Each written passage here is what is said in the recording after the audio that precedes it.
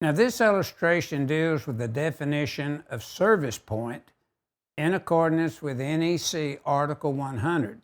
Now, throughout the presentation, if you've been following this presentation from chapter to chapter, notice we've talked about service point. And if we reviewed the illustration to the left showing the weatherhead, then the service point, as defined in Article 100, is where the service entrance conductors Xing that weatherhead connects to the service drop conductors. That would be service point because the owner owns those conductors in the weatherhead and pays for their installation. Then we said the meter, though, would meet 230.66 and would have to meet, I believe it's a 90.2B5 in Article 90. It's in that area. And the utility regulates the meter along with the city or state or county, whoever has the authority. Now let's review the right-hand side of that illustration. And notice if that transformer was customer-owned, then the service point would be at the primary where the utility would connect to that transformer. And on the other hand, you'd say, no, the utility owns that transformer. The utility owns the service lateral coming off of the secondary side, terminating to the meter.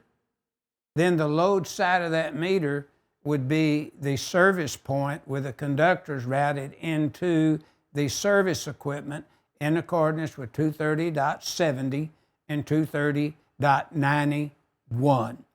But notice, if the owner owned that transformer, then coming off of that secondary side would be, it wouldn't be identified as a service lateral in accordance with Article 100. Those conductors would be called service conductors, and the burial depth of those that piping system with the conductors would be in accordance with the state, county, or city ordinance, along with the utilities guidelines. So that would be very important there. And notice there's no overcurrent device on the secondary side of that transformer. So those are supply conductors in 250.142A. So keep that in mind, that if there's not an overcurrent device ahead of the conductors, we classify those as supply.